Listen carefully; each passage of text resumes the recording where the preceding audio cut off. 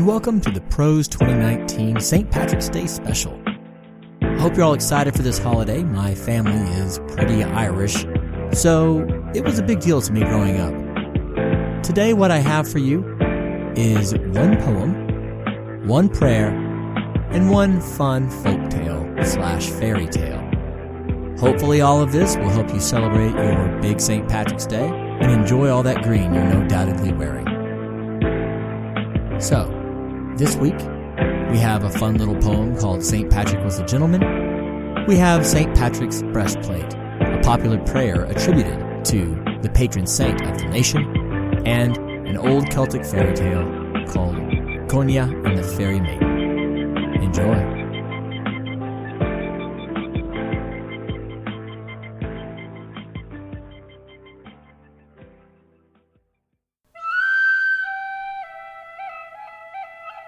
St. Patrick Was a Gentleman by Henry Bennett. St. Patrick was a gentleman, and he came from decent people. In Dublin town he built a church, and on it put a steeple. His father was a Gallagher, his mother was a Brady. His aunt was an O'Shaughnessy, and his uncle was a Grady. Then success too bold, St. Patrick's fist. He was a saint so clever. He gave the snakes and toads a twist, and banished them forever.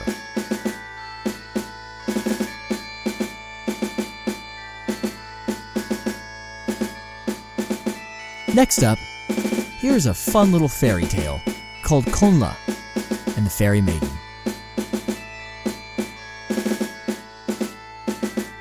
Connla of the fiery hair was son of Conn of the 100 Fights. One day, as he stood by the side of his father on the height of Usna, he saw a maiden clad in strange attire coming towards him. "Whence comest thou, maiden?" said Connla. "I come from the plains of the ever-living," she said. "There, where there is neither death nor sin. There we keep holiday alway, nor need we help from any in our joy. And in all our pleasure, we have no strife. And because we have our homes in the round green hills, men call us the hill folk."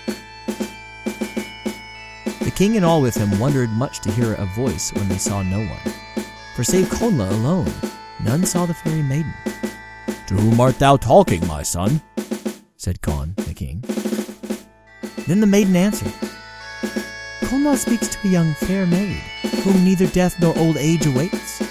I love Connla, and now I call him away to the plain of pleasure, Moimel, where Boadag is king for aye. Nor has there been complaint or sorrow in the land since he has held the kingship. Oh, come with me, Connla of the fiery hair, ruddy as the dawn with thy tawny skin. A fairy crown awaits thee to grace thy comely face and royal form. Come, and never shall thy comeliness fade, nor thy youth to the last awful day of judgment."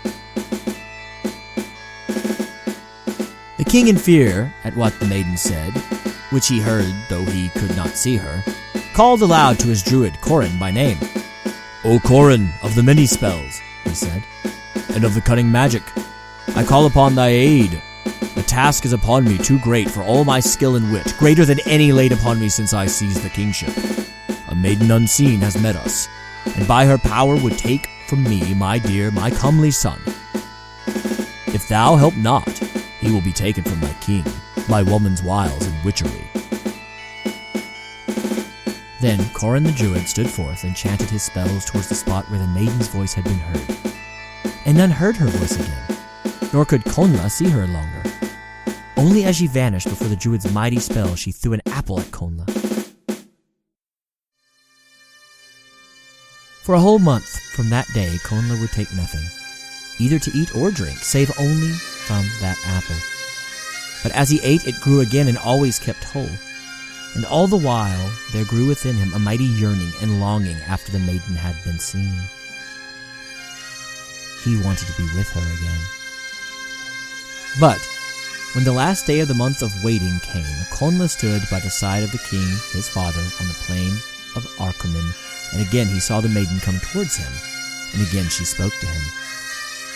"'Tis a glorious place, forsooth, that Connla holds among short-lived mortals, awaiting the day of death, but now the folk of life, the ever-living ones, beg and bid thee come to Moimel, the plain of pleasure, for they have learnt to know thee, seeing thee in thy home among thy dear ones. When Conn the king heard the maiden's voice, he called to his men aloud and said, "Summon swift my druid Corin, for I see she has again this day the power of speech." Then the maiden said, "O mighty Conn, fighter of 100 fights, the druid's power is little loved. It has little honor in the mighty land, peopled with so many of the upright. When the law will come, it will do away with the druid's magic spells that come from the lips of the false black demon." Then Conn the king observed that, since the maiden came, Connla his son spoke to no one that spake to him. So Conn of the 100 Fights said to him, "Is it to thy mind what the woman says, my son?" "'Tis hard upon me," then said Connla. "I love my own folk above all things, but yet a longing seizes me for the maiden." When the maiden heard this, she answered and said, "The ocean is not so strong as the waves of thy longing. Come with me, my Cora, the gleaming, straight, gliding crystal canoe. Soon we can reach Bordag's realm. I see the bright sun sink, yet far as it is, we can reach it before dark. There is too another land worthy of thy journey, a land joyous to all that seek it. Only wives and maidens dwell there. If thou wilt, we can seek it and live there alone together in joy." When the maiden ceased to speak, Connla of the fiery hair rushed away from them and sprang into the Cora, the gleaming, straight-gliding crystal canoe. And then they all, king and court, saw it glide away over the bright sea towards the setting sun. Away and away, till eye could see it no longer, and Connla and the fiery fairy maiden went their way on the sea, and were seen no more, nor did any know where they came.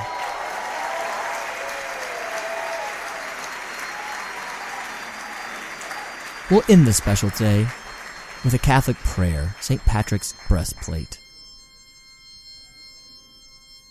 St. Patrick's Breastplate is a popular prayer that is attributed to St. Patrick, who wrote it supposedly in 433 AD.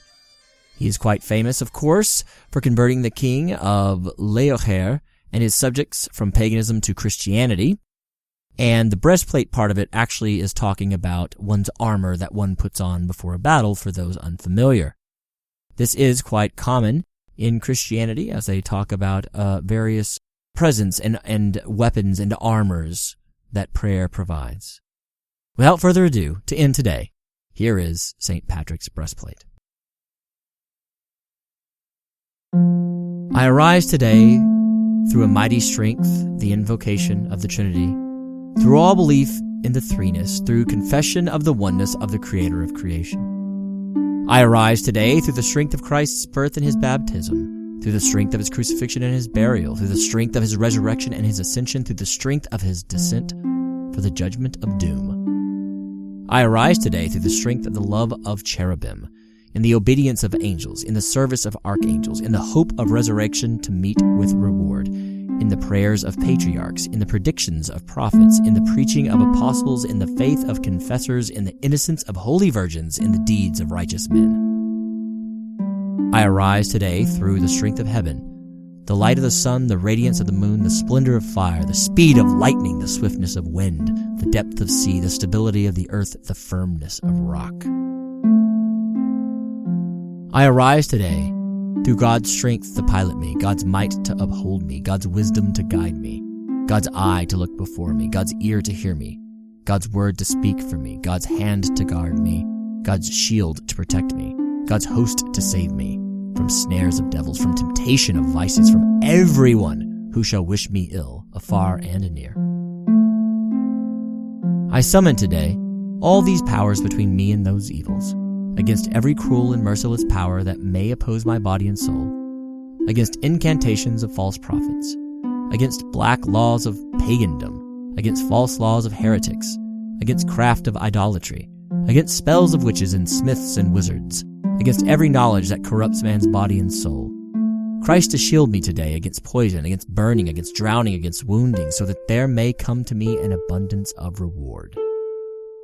Christ with me, Christ before me, Christ behind me, Christ in me, Christ beneath me, Christ above me, Christ on my right, Christ on my left, Christ when I lie down, Christ when I sit down, Christ when I arise, Christ in the heart of every man who thinks of me, Christ in the mouth of everyone who speaks of me, Christ in every ear that sees me, Christ in every ear that hears me. Again, this is really working on what St. Paul called the armor of God. That was made quite famous in his letter to the Ephesians, roughly chapter 6, I believe, verse 11. So, I hope you enjoy this wonderful breastplate, this prayer to help give you divine armor against all things that come against you, particularly spiritual adversity.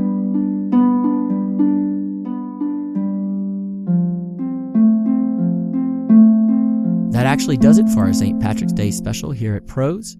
I certainly hope you enjoyed it. All sounds you hear come from freesound.org and freemusicarchive.org and are being used under CC 01.0 Universal Public Domain Dedication licenses. We will be back in roughly a week, in fact, exactly 1 week, with our regularly scheduled program, our new episodes. And as always, I hope that you'll remember to love those around you.